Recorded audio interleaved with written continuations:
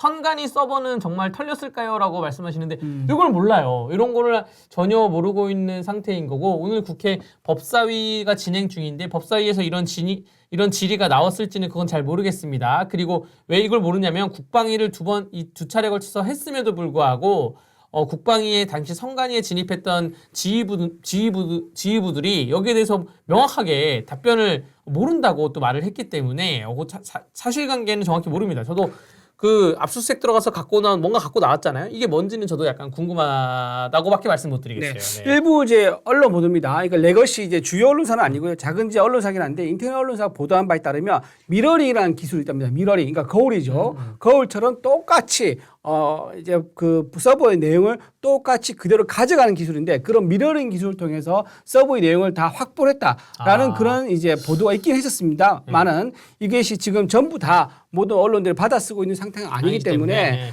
제가 지금 확인을 할 수 없는 상황이지만 선관위에서 서버에서 특히 3시간 넘게 좀 있었지 않습니까? 네네네. 방첩부대 IT 요원들이 그거 하나 그리고 여러분도 많이 궁금해하실 것 같은데 그 CCTV 보면요. 그 계엄군이 들어와서 서버에서 사진 찍는 거 보셨을 겁니다. 네. 기억나시죠? 네. 사진 찍을 때 네. 보면 그 포트 왜 있는 부분 있잖아요. 네, 사진 찍지 네. 않습니까? 그게 왜 찍은 줄 아세요? 왜 찍은 거예요?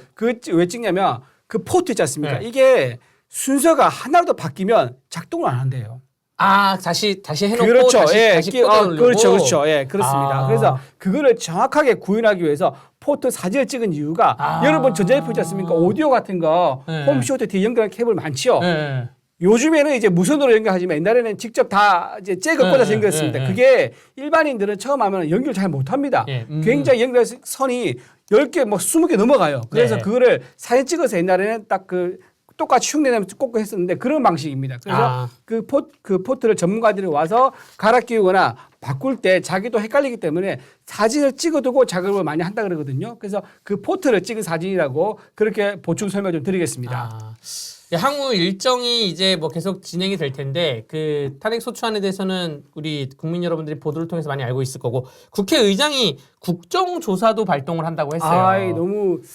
너무 많습니다. 지금 봐요. 네. 검찰, 경찰, 공수처, 특검, 그다음에 상설 특검, 일반 특검, 그다음에 국정조사. 상임위 다 지금 진행되고 있고 그렇죠. 현안 질의하고 있으면서 그렇죠. 국정조사까지. 그러니까 수사권이 있는 곳만 해도 6곳이 넘습니다. 지금 6곳인데 과연 이게 나중에 일반 특검이 통과되지 않습니까? 그래서 특검단이 꾸려지면 전부 다 이것들은 필요 없습니다. 전부 다 파견 보내가지고 특검에 가서 전부 다 수사를 해야 되거든요. 그래서 그 전이라도 너무 혼란스럽고 또 문제가 뭐냐면 너무 경쟁적으로 수사를 하다 보니까 마치 먹이 하나를 두고 하이에나가 달려드는 이런 모양처럼 국민에게 비칠 수가 있습니다. 그래서 저는 좀 합동수사단을 꾸려가지고 공수처 그다음에 경찰 검찰이 합동수사단을 꾸려서 좀 정제된 압수수색 영장이라든가 그러니까 중보 안 되게 압수수색 영장 그다음 피의자 조사 이런 것들을 하면은 좀 더 질서 있게 수사가 정확하게 될 수 있겠다 그런 생각 해봅니다. 그 우원식 국회의장이 국정조사 카드를 꺼낸 거는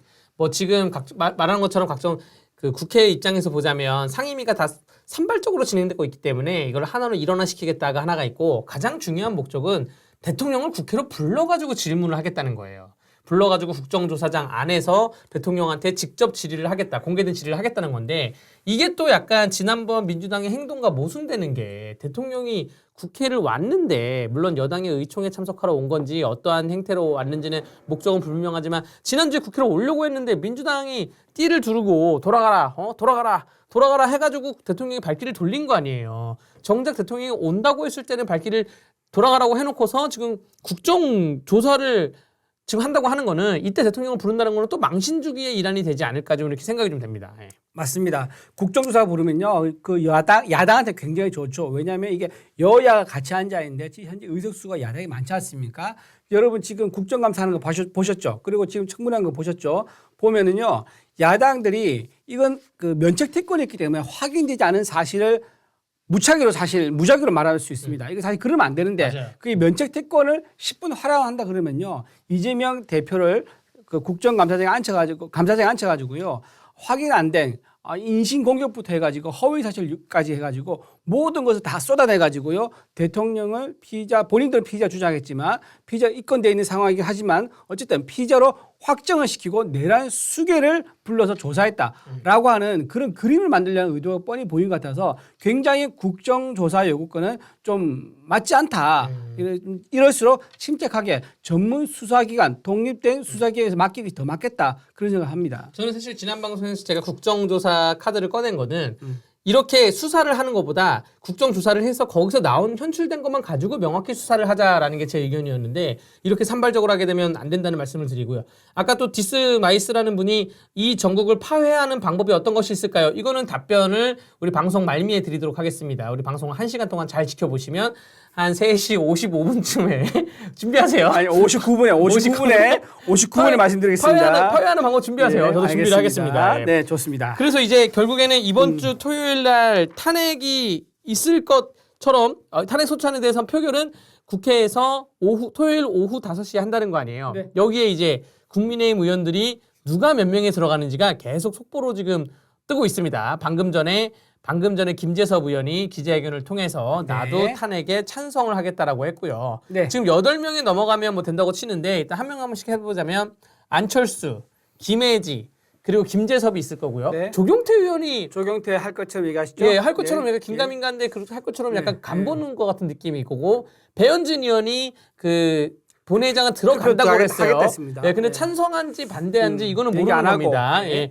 그리고 지금 한 뭐 3명만 채워지면 이제 8명은 완성이 돼서 제적 인원수는 완성이 되는 건데 그 3명이 오늘 안으로 속속들이 나올 수도 있고요. 맞습니다. 혹은 내일 원내대표 결과에 따라서 다를 수도 자, 있고. 지금 또 추가로 나온 분이요. 김소희, 그다음에 박정훈, 그다음에 유영원 의원도 윤석열 대통령 탄핵 표결에 참석해도 밝혔습니다. 이렇게 되면 여당에서요. 최소 10명이 완성은 됩니다. 네네네. 예, 10명이 완성이 되고요. 다시 한번 말씀드릴게요. 김소희 의원, 네. 박정훈 의원, 유영원 의원 이렇게 됩니다. 김소희하고 유영원 의원은 지금 비례대표지요. 그다음에 박정훈 대표는 송파. 친한계로 분류되는 친한계 아주 이제 네. 가까운 친한계죠. 네. 네네. 배현진 의원하고도 매우 같이, 가깝고요. 예, 예. 네. 그런 건데 이분들이 그 투표장에 아까 지금 말씀드린 분은 투표장에 김재섭 의원은 이제 찬성하겠다. 네. 김상욱 찬성하겠다. 안철수 찬성하겠다. 김혜지 찬성 느낌이고 나머지 분들은 투표장에 들어가는데 찬성할지 반대할지는 아직 모르는 거예요. 네. 그래서 그 전략적 모호함을 취함으로써 제적위원회 200명 넘기고 그러고 해결할 것이냐. 지금부터 굉장한 눈치 싸움이 이제 시작되는 것입니다. 네. 그래서 우원식 의장이 지난주 토요일처럼 3시간, 4시간 기다릴 수 있는 것이냐. 네. 아니면 200명이 넘었으니까 바로 그냥 그 회의를 주재할 수가 있는 것이냐. 회의를 딱 주재를 했는데 탄핵에 대해서 반대표가 8표 이상이 나와가지고 그래서 무산될 것이냐. 뭐 10표가 나올 수도 있고 12표가 나올 수도 있고. 그렇죠. 그런 눈치 싸움이 진행되는데 이거는 어떻게 될지 예상은 지금 할 수가 없는 그렇죠. 그리고 그런 말씀드리면 상황입니다. 네. 지금 상황은요. 이게 의원들 개개인의 네. 지금 의견입니다. 개개인의 입장 발표인 거고 당론은 지금 정해지지 않습니다.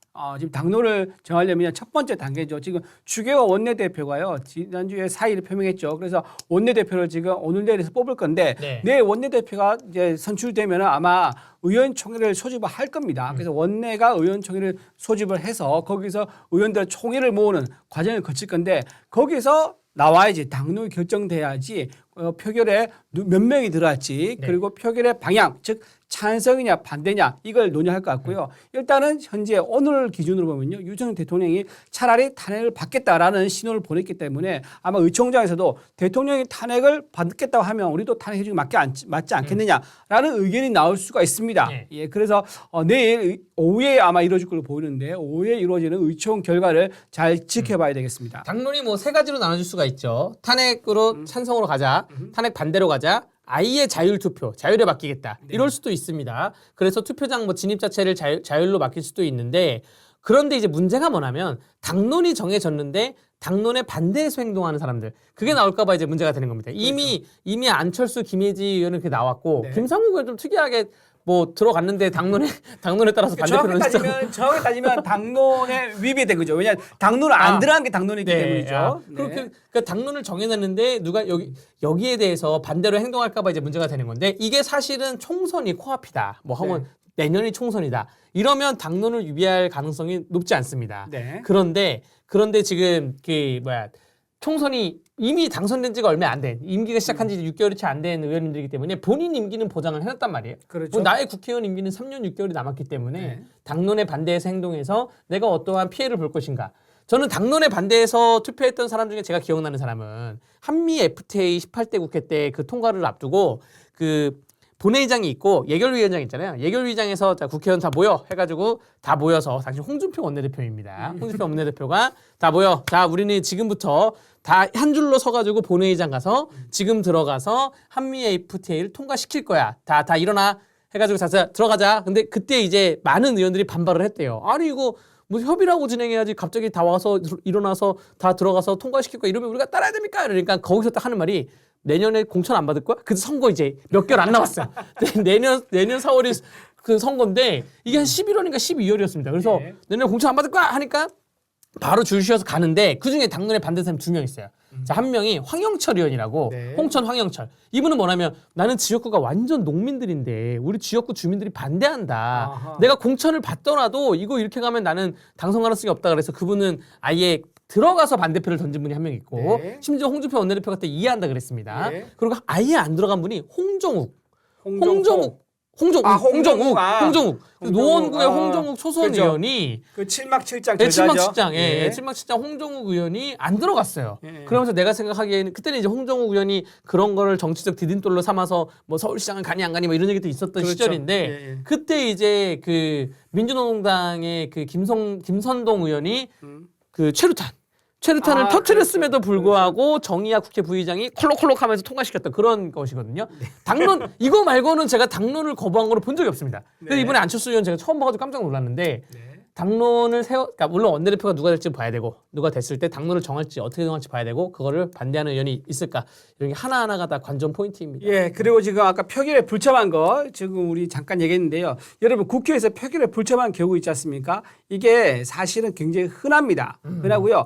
국회의원들이 그렇죠. 당연히 국민에서 부여한 선출된 어떤 권리로서 헌법기관으로서 표결을 해서 의사표현하는 건 당연한 의무이긴 합니다만 그걸 찬성을 하든 반대를 하든 특히 반대했을 경우는요. 기권도 있고요. 아니면 아예 반대표를 던진 방법도 있고 아니면 표결에 참여하지 않아가지고 반대한 방법도 있습니다. 이건 정상적인 방법이고요. 예를 들어서 방금 한미 FTA 비준안 동의안 얘기했었는데 한미 FTA 비준 동의안은요. 그때 민주당에서요. 전체 당론이 뭔지 아세요?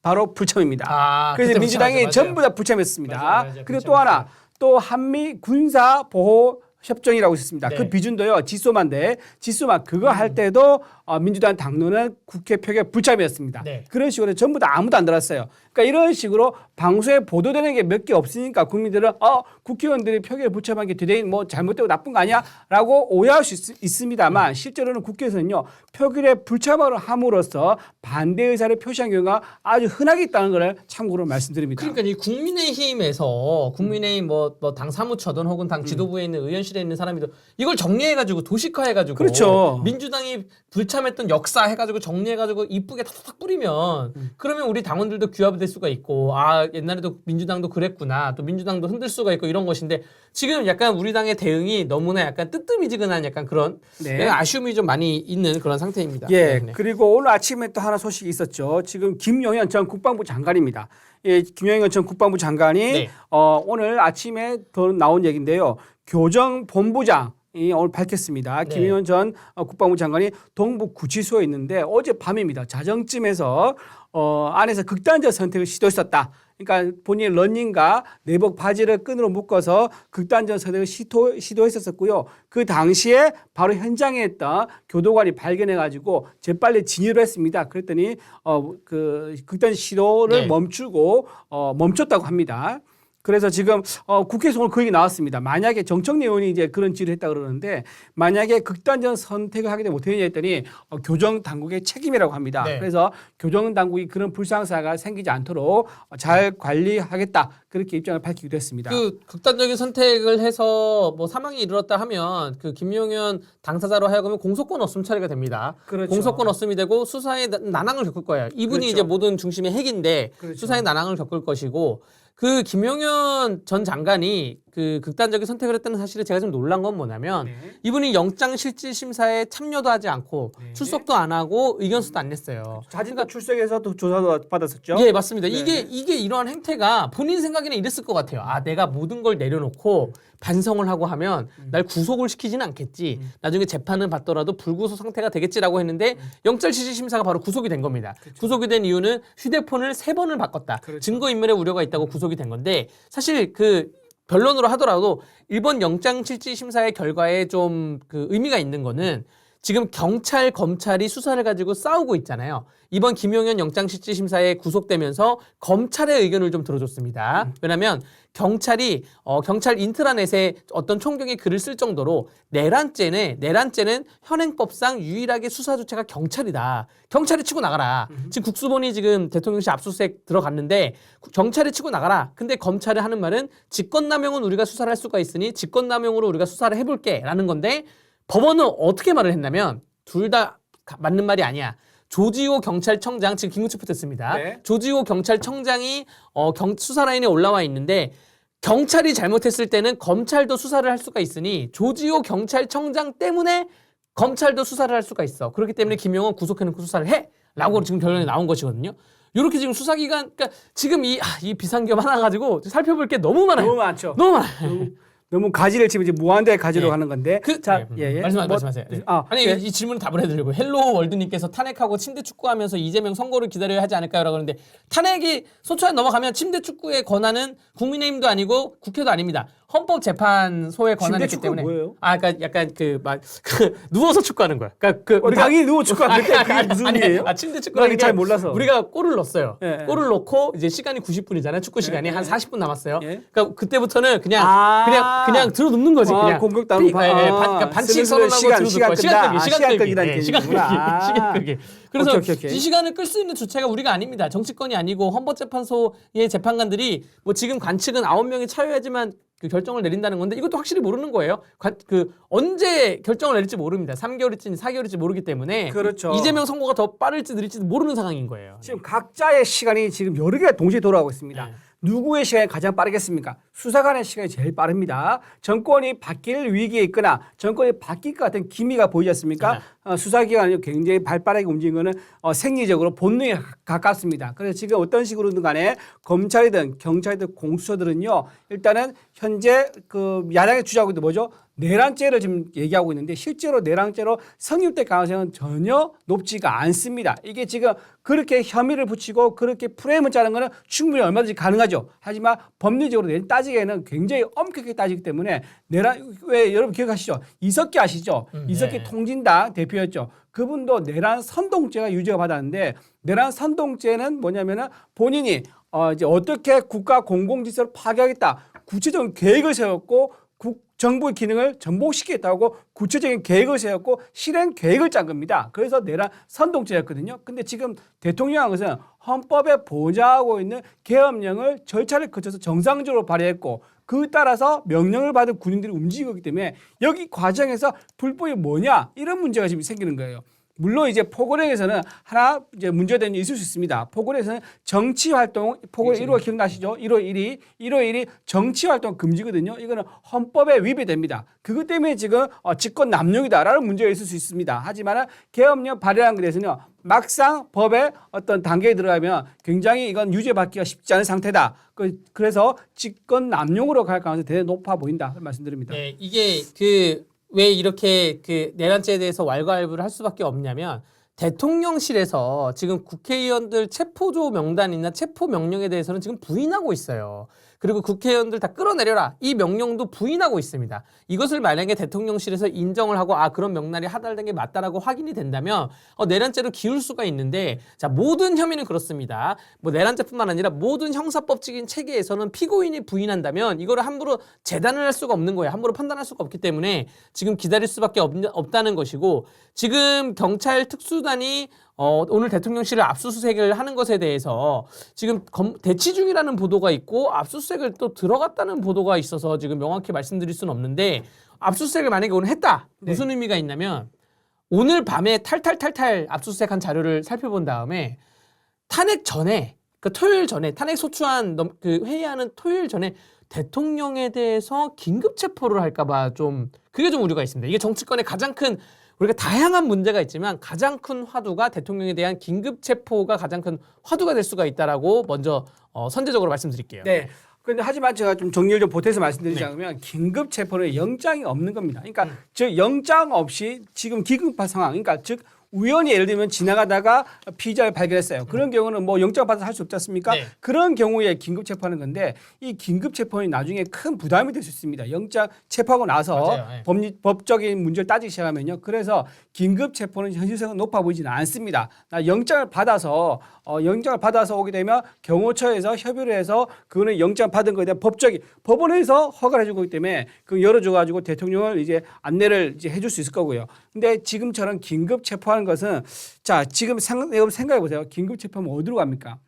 어디가 가서 구금을 해야 됩니다. 구금을 하면 어떻게 되죠? 어떤 상황이 생기냐? 바로 이제 옥중 결제 상황이 생깁니다. 그러니까 국정의 운영이 여전히 대통령이 가지고 있으면서 국무위원들이 구금되어 있는 현장에 가서 옥중 결제를 해야 되는 상황이 되는 겁니다. 근데 이런 옥중 결제 상황을 만드는 그 근거가 경찰에서 판단한 긴급 체포다. 이건 나중에 문제가 됩니다. 이거에 대한 요건을 갖추지 못했다든가 그런 법적 책임을 지기 때문에 이런 정치적 부담은 경찰이 과연 질 수 있겠느냐. 그래서 긴급 체포보다는요. 아마 여기서는 일단은 제가 보기에 약간 정치적인 어떤 액션으로 보이는데 경찰이 지금 검찰이나 공수처보다 발빠르게 움직이고 있다는 것을 보여주기 위한 그런 제스처가 아닌가. 우리는 수사를 신속하게 하고 있다. 이런 제스처가 아닌가. 그렇게 해석을 해야 될 것 같습니다. 그러니까 옥중결제라는 말씀이 왜 나왔냐면 국회의원들 중에는 구속된 사람들이 왕왕 있었습니다. 네. 그럼 국회의원들이 구속이 되면 직위가 바로 박탈되는 게 아니라 대법원 선고 확정 전까지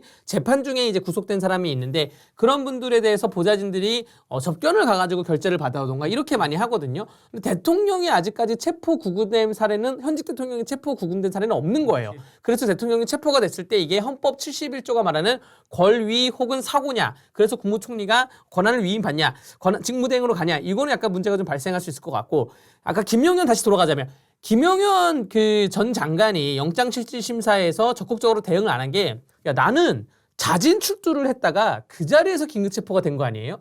나는 도주 우려가 없어. 그렇기 때문에 나를 영장에서 구속하지 않을 거야. 그냥 소극적으로 대응하자라고 한 것 같고 그러니까 긴급 체포를 해서 48시간 이내에 영장을 치면 영장실질심사를 하는 거고 48시간 이내에 영장을 안 치면 그냥 48시간 조사만 하고 다시 풀어주는 겁니다. 이렇기 때문에 이건 법률적으로 제가 말씀을 드린 거고 이게 가장 큰 분수령이 될 수 있을지 없을지 좀 예상을 해본다 말씀을 드린 겁니다. 네, 옥중 결제 마지막 한 마디만 더 부탁드릴게요. 옥중 결제가 예전에 선례가 있습니다. 1999년이죠. 1999년에 임창열 도지사, 임창열 경기도 도지사입니다. 그분이 옥중 결제를 한 적이 있습니다. 이분이 이제 구금이 돼서 구치소에 있는데요. 이분이 본인이 사의를 표명하지 않습니다. 그래서 경기도에 있는 실국장들이 찾아갑니다. 찾아가서 정말로 면회 신청해가지고 그 안에서 결재를 받았습니다. 받았었는데 이거를 또 검찰이 막았습니다. 면회 불가 조치를 취합니다. 그래서 접견 못하도록 막았더니 나중에 이제 예산 심사라든가 예산안 처리 이런 중요한 행사 때문에 부도지사하고 이런 실국장들이 검찰에다 하소연을 하는 거예요. 이거 내가 지금 부지사가 내가 결정할 수 없다. 이거는 도지사만 할 수 있는 거다라고 사정하는 바람에 그렇죠. 그래서 검찰이 그걸 다시 풀어줘요. 그래서 실제로 임창열 도지사가 한 달 넘게 옥중 결재를 한 적이 있습니다. 그때 어떤 일을 했는지 아세요? 야당에서 긴급하게 법안을 만듭니다. 지방자치법 개정을 만들어가지고 만약에 단체장이 구금되거나 옥중에 있는 경우 60일 동안 업무를 볼 수 없는 경우 이런 경우에는 단체 부단체장이 대행해서 결재할 수 있다라는 개정을 만들어서 그걸 통과시켜버려요. 그래서 결국은 임창열의 도지사의 옥중 결재는 한 달 정도밖에 유지되지 못했다. 그 말씀 드립니다. 참고로. 네. 지금 계속 올라오는 속보가 이제 경찰이 대통령실 압수수색에 대해서 협의 불발이고 아직 다시 협의를 시작을 해서 대통령실의 건물에 진입을 아직 못했다는 것입니다. 네. 자 이게 굉장히 크게 반발을 하고 있는 것 같아요. 대통령실이. 이게 지금 상상을 해보면요, 왜 이런 문제가 생기냐면요, 경호처 입장에서는요, 만약 대통령실이 압수수색 당하잖아요, 그럼 뭐가 넘어야 됩니까? 국가 1급 비밀 서류들이 경찰에 넘어갈 수가 있습니다. 이건 나중에 경호처에서 법적 문제가 본인도 생길 수 있는 거예요. 그래서 거기에 대한 경호처에서 법적 해석 때문에 아마 시간이 많이 걸린 것 같고 또 하나 대통령이 가지고 사용한 핸드폰 있지 않습니까? 이 핸드폰은 굉장히 일반 핸드폰과 다른 의미가 있습니다. 왜냐하면 이 핸드폰에서 모든 통치행위가 다 이루어진 기록이 남았기 때문에 이 건 이외에까지 모두 다 들어볼 수도 있는 그런 위험한 상황이 되는 거예요. 그래서 저는 현직 대통령의 핸드폰에서는 굉장히 참고할 만한 자료가 되는 게 지난번에 조국 사태가 있었습니다. 민정수석이었죠. 조국에 대한 민정수석이 있을 때 조국 본인 이외에는 모두 다 압수수색했습니다. 하지만 조국 민정수석의 핸드폰은 압수수색이 안 됐습니다. 그 조국 민정수석이 적극적으로 영장 법원 심사에다가 항의를 한 거예요. 네. 나는 민정수석으로서 너무 중요한 내용들이 이 통화 기록이 남았기 때문에 네. 이걸 넘겨준 것은 국가 안보와 직접 연결된 일이다라면서 소명을 했는데 그게 받아들여졌어요. 그래가지고 조국 대표도 핸드폰 압수색을 안 당했습니다. 이건 다 마찬가지예요. 뭐 이재명 대표도 그렇고요, 김혜경 여사도 그렇고 본인들은 핸드폰 압수색 당한 적이 없습니다. 근데 이제 이런 상황에서 지금 내란 수계라고 지금 야당은 주장하고 있지만 여러 가지 아까 말씀드렸지 않습니까? 법적으로 확정하기에는 너무 많은 사안이 있기 때문에 그런 정황 가지고 또는 의심 가지고 핸드폰 압수수색한 거는 굉장히 아주 쉽지 않아 보이고 정치적 파장도 그리고 국가 안보도 같이 고려된 사항이다 말씀드립니다. 그 지금 압수수색 장소에 가면 그 피의자 이름과 피의자 주변에 있는 전자장치 기기, 뭐 휴대폰 등등 압수수색을 하고 뭐 각종 서류들을 압수수색을 하는데 제가 보기에 경찰이 찾고 있는 목표물 중에 하나는 국무회의 때 있었던 지난번 방송에서 말씀하셨던 그 속기록. 그 속기록을 가장 먼저 확보를 하려고 하지 않을까 생각이 들어요. 그리고 그 대통령이 하달했던 그 문서나 그 휴대폰 이거를 가장 먼저 확보를 하려고 하지 않을까 그렇게 생각이 됩니다. 그런데 지금 아까 말한 그 문서 있지 않습니까? 옆에서 앉았던 속기록 같은 무슨 조소왕정원 실력 보면 옆에서 쓰지 말라 이것도 쓰고 쓰지 말라라고 하셨다. 맞아요. 넘어지고 나서 넘어졌으면 기록하지 말라. 그도 이제 넘어졌다 기록하지 말라 썼다. 말에 떨어져서 이제 그런 것도 있었는데. 이 기록은요, 사실 협의하면은 그 것만 줄 수는 있습니다. 그렇죠. 이미 제출로. 이미 제출. 그렇죠. 이미 제출이라는 건데, 이미 제출로 이제 지금 경찰에서 꼭 가지고 싶은 증거물이 뭐냐라고 리스트가 있습니다. 그 목록을 봐가지고 현재 줄 수 있는 거, 이 정도는 줄 수 있겠다 한 것들을 선별해서 이미 제출을 할 수 있습니다.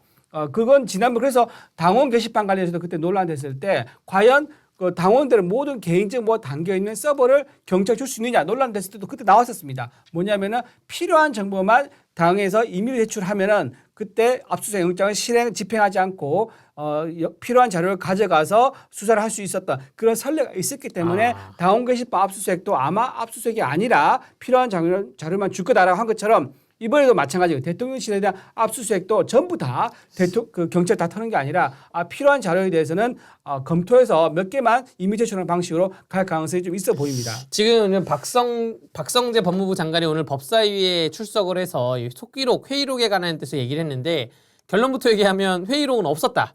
회의장에 누가 기재하는 사람이 없었다라는 것이고 이 이유가 뭐냐면 박성재 장관이 그 말하기를 당시 국무회의에 대해서 회의 개회, 안건 이렇게 정상적으로 회의가 진행되는 게 아니라 사람들이 도착하는 대로 다들 놀라서 우려의 말을 하고 그러시면 안 됩니다라고 얘기하면서 약간 회의의 형태가 아니라 그냥 장관들이 도착하는 대로 여러 가지 그냥 얘기를 나누는 형태였다. 정식 국무회의가 아니었다라는 게 그 박성재 장관이 자기가 보기에는 형식적인 판단은 그렇다는 것이고 이러면 이게 만약에 그러니까 국무회의의 형식에 대해서는 아마 그 대통령령에 국무회의 혹은 시행규칙에 낱낱이 기재돼 있을 텐데 이거를 어긋나는 거면 좀 약간 헌법이나 또 개헌법적으로 좀 문제가 발생할 수가 있습니다. 국무회의를 안 거치고 선포를 했다고 하면 이거는 굉장히 좀 큰 우려예요. 네. 그러니까 국무회의가 아닌 형식이 될 수 있는 건데 그러면은 이건 더 큰 문제가 된 거죠. 네, 맞습니다.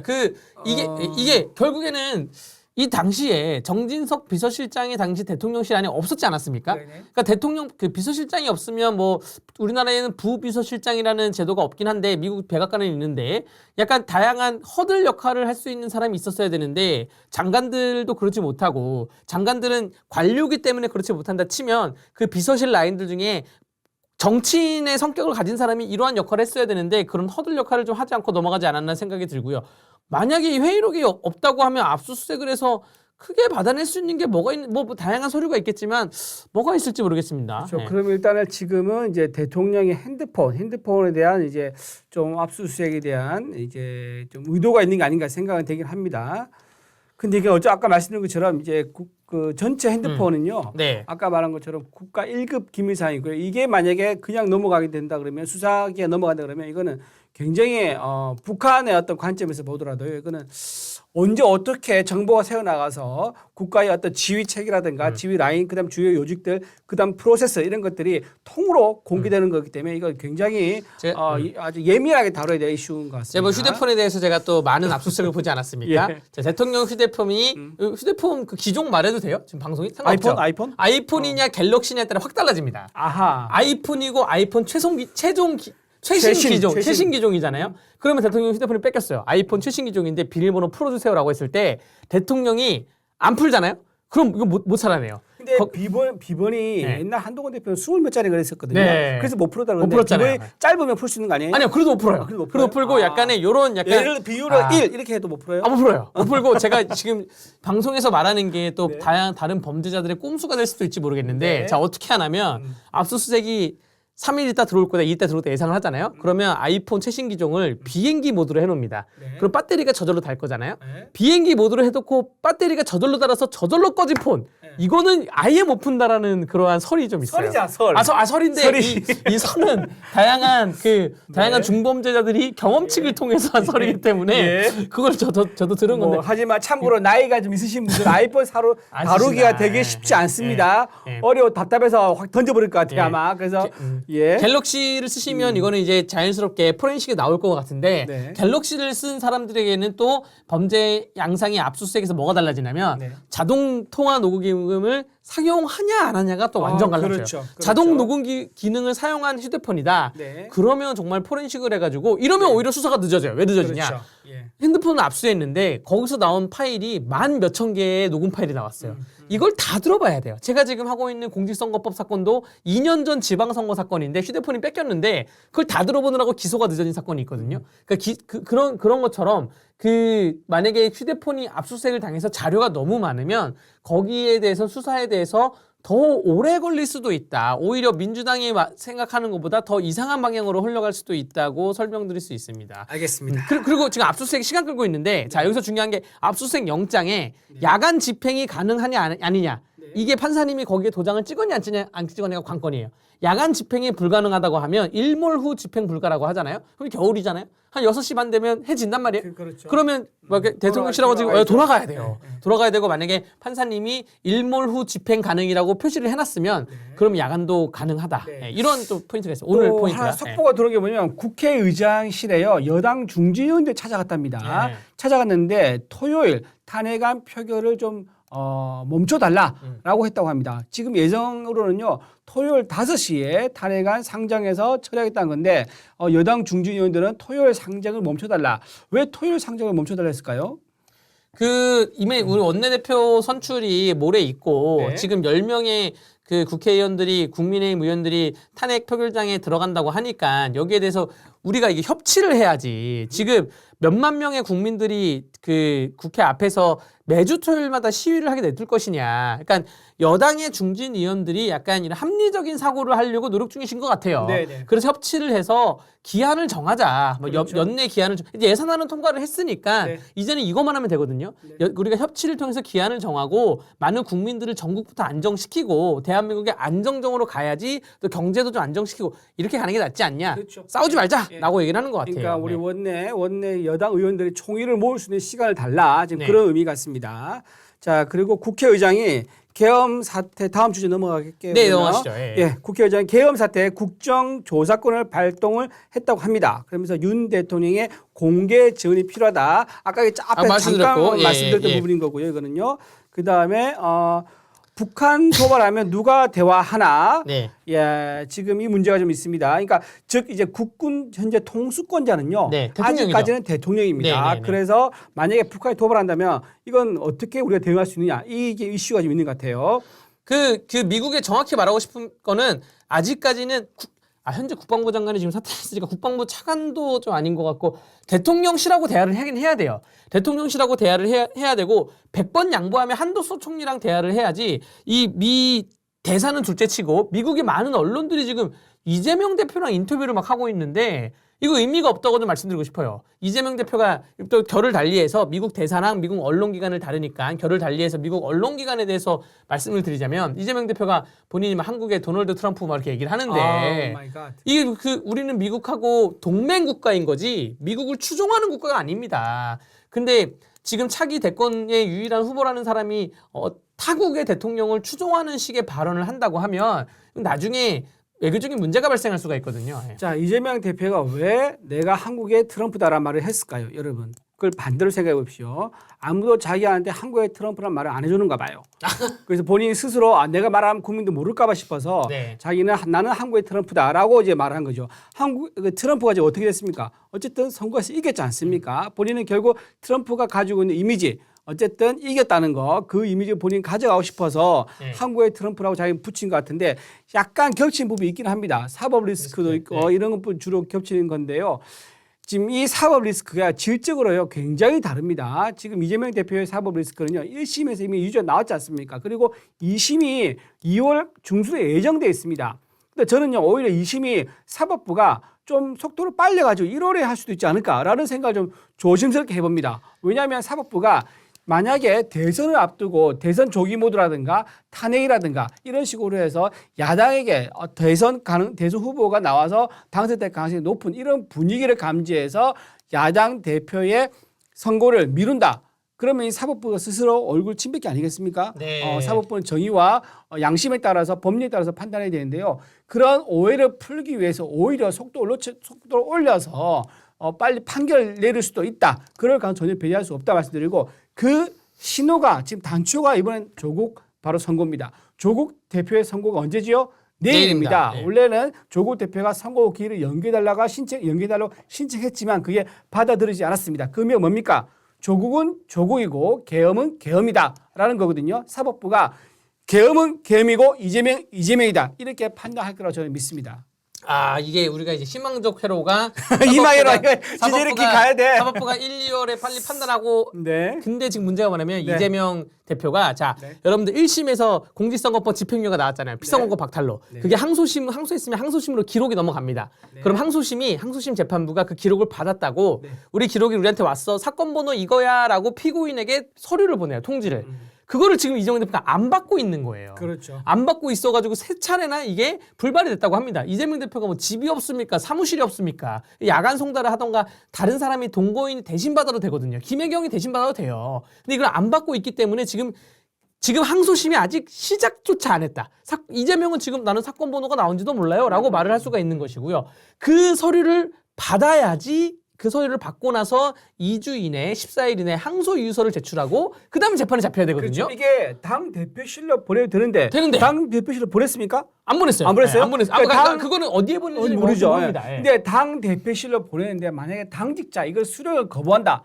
지금 당 대표가 없어서 내가 대신 받을 수 없다라고 우기는 형식으로 해가지고 만약에 거부를 한다 그러면 이건 굉장히 국민들한테 지탄받을 행위입니다. 본인의 지금 선거 방탄을 위해서 본인의 선거 방탄이 아니고 재판 방탄을 위해서 얼마나 많은 당직자와 지금 원내 의원들이 거기에 끌려다니면서 희생되면서 의정활동 제대로 못하고 시간을 허비하고 있습니까? 이런 식으로 민주당 전체의 총의를 오로지 개인의 방탄에만 모아서 가는 이런 지도자가 지금 대선에 나오겠다 하는데 이런 게 여러분 가만히 지켜볼 일이겠습니까? 정말로 이렇게 저는 제가 비상계엄 옹호한 전혀 아닙니다. 전혀 아닌데 야당 그러니까 이재명 대표 중심으로 한 야당이 그동안 했던 거 입법 농단 지금 이재명 대표가 유죄가 되면 무죄로 바꾸는 입법을 했지 않습니까? 허위 사실 유포를 허용하는 입법을 했습니다. 그리고 또 하나 제3자 뇌물도 허용할 수 있는 즉 공공기관이 제3자 뇌물 받아 허용할 수 있게 하는 법을 냈는데 이게 뭐냐면 바로 성남 FC 사건입니다. 그 사건을 이재명 대표가 유죄가 나올 가능성이 되게 높아요. 그런데 거기에서 성남 FC가 받았으므로 이거는 공공기관에서 받은 거 아니냐라고 해서 무죄로 만들어버리는 또 그런 입법을 냈단 말이에요. 그렇게 해서 입법 농단하면서 사법부를 완전히 기능을 좀 무력화시켜버렸죠. 그리고 예산 문재인 정부부터 시작했던 소형 원전, 이재명 대표의 대선 공약 그리고 윤석열 정부가 실행하고 있습니다. 그런데 그걸 어떻게 만들었습니까? 예산을 제로로 만들었죠. 제로. 문재인 정부 시작 이재명 대표 자신의 대선 공약에도 불구하고 이재명 대표 윤석열 정부가 한다는 그 이유로 예산을 제로로 만든 거 이거는 합리적인 이유가 전혀 없는 거지요. 오로지 윤석열 정부가 일하는 것 성과 낸 것을 받겠다 그런 이유거든요. 그리고 예산농단 그리고 탄핵농단 대통령이 가지고 있는 고유 권한 중 하나가 이건 총리도 대행을 못합니다. 바로 임명권입니다. 국무위원들의 임명권 어떻게 했습니까? 바로 해임하고 업무 정지 해임 건의안 내고 탄핵 소추하면서 22명이나 정부에 있는 그 기관에서 일하는 주요적인 사람들이 일을 못하게 만들었습니다. 이렇게 탄핵농단, 그러니까 입법농단, 예상농단, 탄핵농단 이렇게 하니까는 대통령 입장에서는 이거는 정부의 기능을 고의로 무력화시키려는 거다라고 판단을 할 수밖에 없었다는 상황. 이분은 우리 다 놓치지 않아야 될 것 같습니다. 그 정말 법원에 제가 집배원으로 취직을 해가지고 등기를 받아가지고 이재명 대표 얼굴에다가 이렇게 좀 들이밀고 싶어요. 지금 11월 15일 날 재판이 종결이 됐는데 한 달이 넘도록 항소심 그 문서를 수령을 안 하고 있는 게 지금 말이 안 되거든요. 그렇죠. 근데 최강욱 전 민주당 의원, 최강욱 의원 같은 경우에는 본인이 현직 국회의원인데 국회의원 사무실로 보내면 보좌진들이 받으면 되는데 본인이 아니라고 수령 거부해가지고 세 차례나 안 받아가지고 최강욱도 최강욱이 그래서 2개월 이상이 그냥 공전이 됐대요. 그럼 그 작전 쓰고 있겠다. 지금. 이거 말이 안 되는 그러니까 거야. 본인이 아니라고 직원들이 안 받아버리는 방법이라면요. 지금 당 대표실 보냈을 거예요. 근데 직원들이 본인이 아니라고 다 수령 거부해버리는 이런 상황이 벌어지고 있는 거네요. 지금 우리가 지금 배달의 민족 그리고 그러니까 배달이 되는 곳인데 그런데 이거를 서류를 피해 다니면서 안 받는다는 거는 말이 안 되고 부끄러운 줄 아셔야 됩니다. 자, 우리가 미국 얘기하다가 갑자기 미국 얘기인데 자, 아까 미국에서 잠깐 만약에 그러면 북한이 도발하면 어떤 상황이 될 수 있느냐? 국무총리하고 대통령은요 NSC 국가안보회의의 의장과 부의장입니다. 그러니까 대통령이 의장이고요, 국무총리가 부의장입니다. 만약에 의장이 NSC를 국가안보회의를 소집할 수 없는 상황이 되면요 부의장이 소집해서 회의를 주재할 수가 있습니다. 그래서 만약에 대통령이 내가 지금 개인적인 신상의 이유로 내가 회의를 소집 못하겠어. 너가 대신해라고 권한을 넘겨줄 수 있습니다. 그래서 총리가 아마도 NSC 회의를 주재하면서 대응은 가능할 거로 그렇게 보이기는 합니다. 그리고 또 하나 국무총리가 지금 가지고 있는 권한은요. 경험이 있습니다. 이 무슨 경험이냐면요. 옛날 여러분 기억하시죠? 노무현 전 대통령이 탄핵당했을 때 누가 그때 누가 권한을 대행했었죠? 바로 고건 총리입니다. 고건 총리. 고건 총리가 대통령 권한 대행할 때 바로 국무조정실장이 바로 이 한덕수 총리였었어요. 그래서 한덕수 총리가 바로 옆에 가까이에서 대통령 권한을 총리실에서 어떻게 대행하고 행사하는지를 아주 자세히 지켜봤습니다. 그래서 아마 한덕수 총리가 대통령 권한을 대행한다 그러면 아마 국정은 일정 이제 긴 시간 아니겠죠. 이제 짧은 시간 내에서는 국정 운영에 대해서는 그렇게 흔들림이나 그런 혼란 없이 잘 이끌어갈 거다 그렇게 예상이 됩니다. 그 북한이 도발할 가능성은 크게 없을 것 같아요. 네. 북한이 도발할 가능성이 1말이라도 있다면 몇몇의 군인들이 이제 국회에 나와가지고 약간 눈물을 보이던가 이런 기자회견하면서 눈물을 보이던가 이러면 이제 북한이 보고 마음이 약하네 한번 들어갈까 생각 드는데 제가 보기에 우리 국민들의 단결성을 받고 전국에 빠르게 안정되는 것을 보면서 북한이 도발할 가능성은 없을 것이라 보여집니다. 다만 북한이 약간 당황한 거는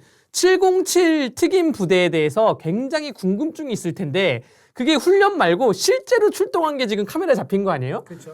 저게 대한민국 최고의 부대라는데 저러네? 이렇게 약간 거기에 대해서 고민해 볼 수도 있고. 707 부대가 가지고 있는 무기라든가 장비 이런 것들도 다 이제 카메라를 봤을 거예요. 그리고 707 부대 그 특임 단장 얼굴이 공개됐어요. 그 얼굴도 원래 보안 사항입니다. 군사 2급 기밀 사항입니다. 2급 기밀을 하더라고요. 그래서 얼굴도 공개하고 그것도 그 카메라에서 훌쩍훌쩍 하면서 얘기를 해가지고 굉장히 이거는 나중에 따로 평가받을 문제긴 하지만 그게 과연 옳은 선택인가? 왜냐면요.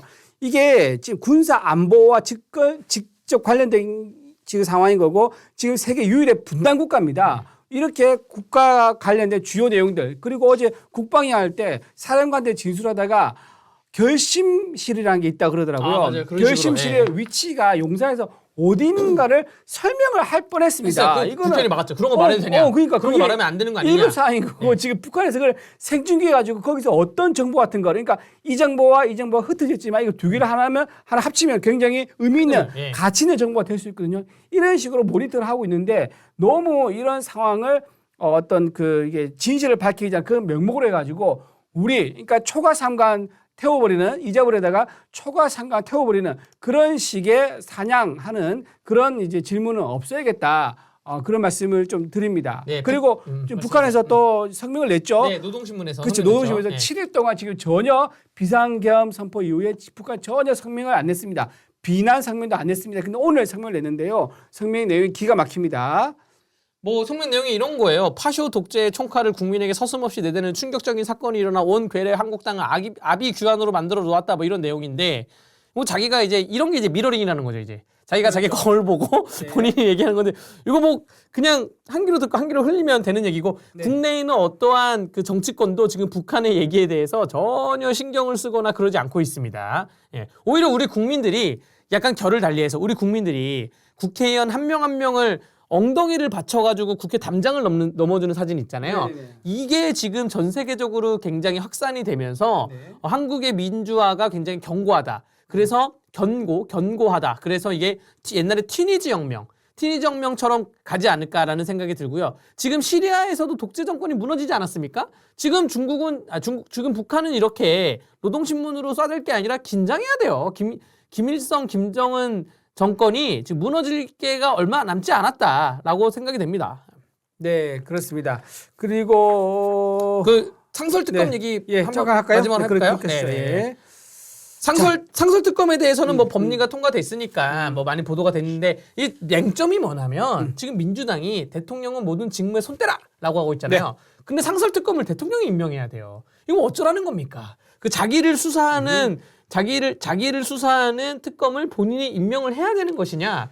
이거 굉장히 그렇죠. 그래서 지금 야당에서는요 네. 일반 특검도 또 하고 있는 거예요. 왜냐하면 상설 특검에서 이제 그 특검 아니 상설 특검은 개시라는 거죠. 그러니까 왜냐하면 특검은 늘 열려 있습니다. 네. 상설 특검 열려 있기 때문에 개시하는 게 본회의에서 통과돼야 되거든요. 그래서 개시를 해서 지금 통과를 이제 할 수는 있는 겁니다. 상설 특검은 네. 그게 장점입니다. 장점인 거고 지금 이게 대통령이 임명해야 되는 거죠. 특검 후보 추천위원회에 두 그렇죠. 명을 지체 없이 그렇죠. 추천해야 돼요. 그렇죠. 바로 추천해야 돼요. 그렇죠.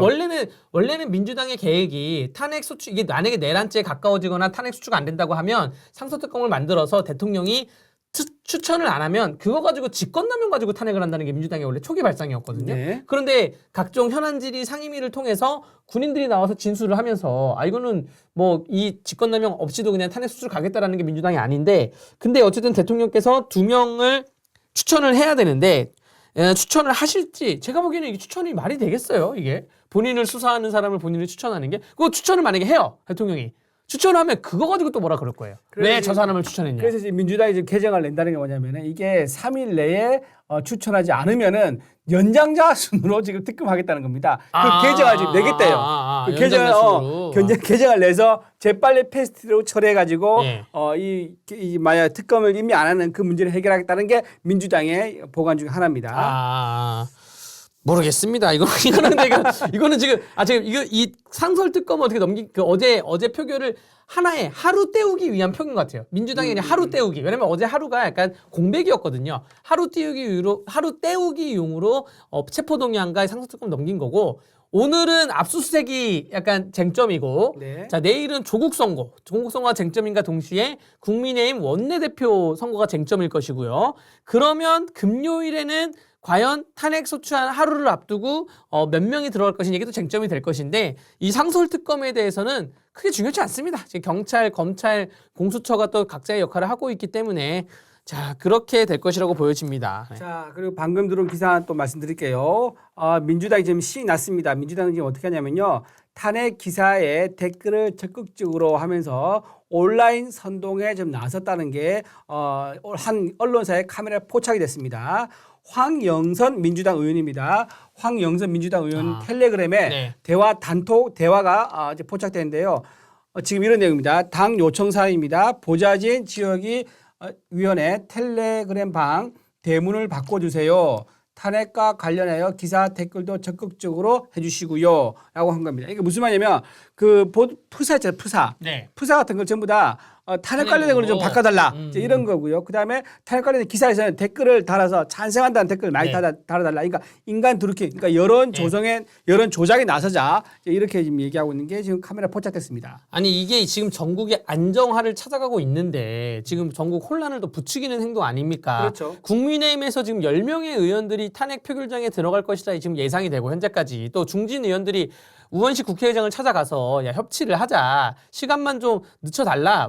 우리 내부적으로 좀 의견을 정리하겠다라는 와중에 이거 압박을 안 해도 되는 상황인데 압박용으로 이렇게 하고 그 의원실을 테러를 하고 지금 모두 오늘 아마 날짜에 제가 아는 그 지역 사무실에 있는 국민의힘 국회의원 지역 사무실에 몇몇 사무실은 출근을 아예 안 했어요. 왜냐면 그저께 이제 김재섭 테러가 있었고 네. 어제 각 의원실 앞에서 시위가 있었는데 뭐 계란 던진 것도 있었다고 합니다. 어우. 그런데 오늘 공식적으로 항의 방문을 한다고 하는데 이게 경찰서 정보과에서 연락을 줘요. 항의 방문이 있다고 합니다. 연락을 주는데 어느 단체에서 오는지 모르는 거예요. 민주당에서 오면 그러니 하겠는데 누가 오는지 모르겠으니까 민주당이 지시하는 무슨 단체인지도 모르겠으니까 오늘 출근 아예 안 했다고 하는데 이거 하나하나가 지금 우리 국가의 발전을 조금씩 늦춰지게 하는 딜레이를 시키는 그런 행위고 이거 자중하셔야 돼요. 민주당은 지금 신날 때가 아닙니다. 네.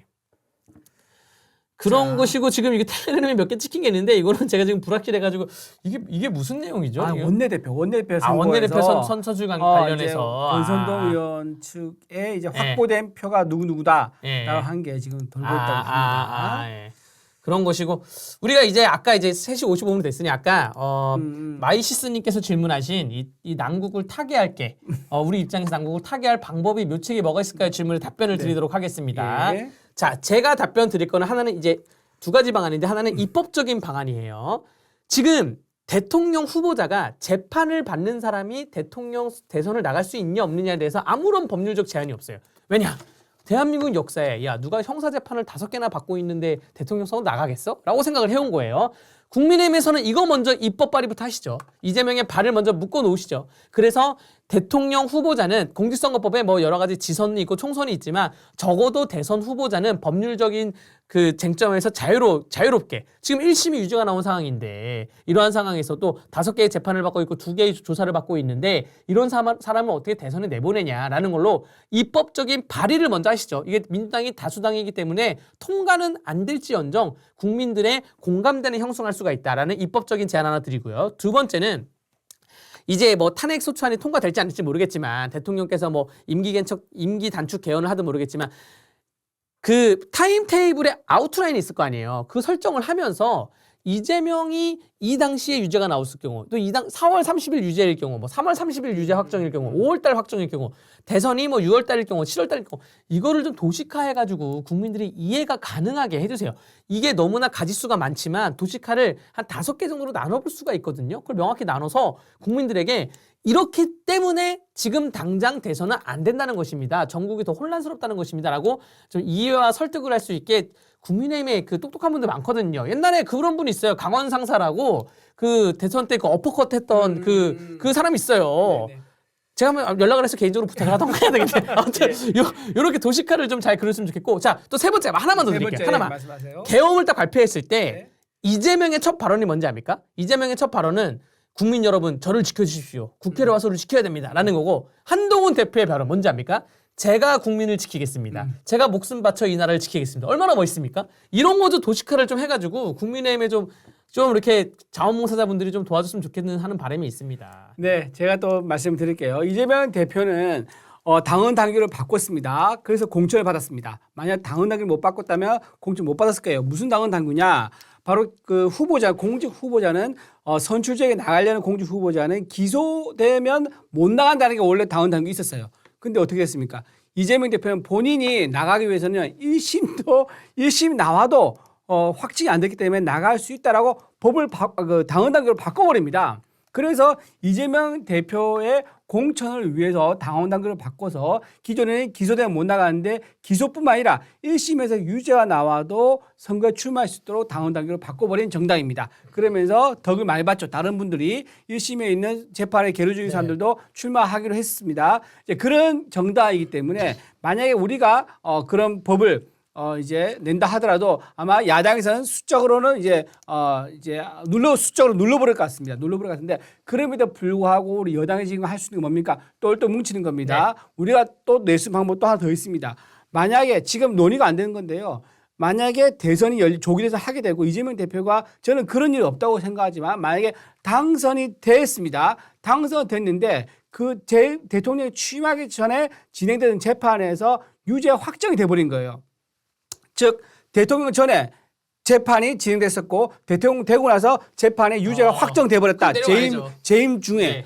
이거에 대해 지금 논란이 있는데 이게 지금 법적 근거가 없어요, 없는 거예요. 없어요. 네, 근거 그래서 없어요. 이거를 재빨리 우리가 입법을 해야 됩니다. 네. 국민의힘에서 입법을 해서 대통령이 재임 중에 본인 관련된 재판이 결과가 나오면은 그에 따라서 유죄 확정 시에는 책임 대통령에서 내려와야 된다. 이- 그런 입법을 반드시 해야 됩니다. 이게 왜 필요하냐면 법원의 부담감을 덜어주는 거예요. 정말 최악의 경우에 다음 대선에 이재명이 최악의 경우에 당선이 된다 쳐요. 근데 이재명이 지금 재판을 5개 받고 있잖아요.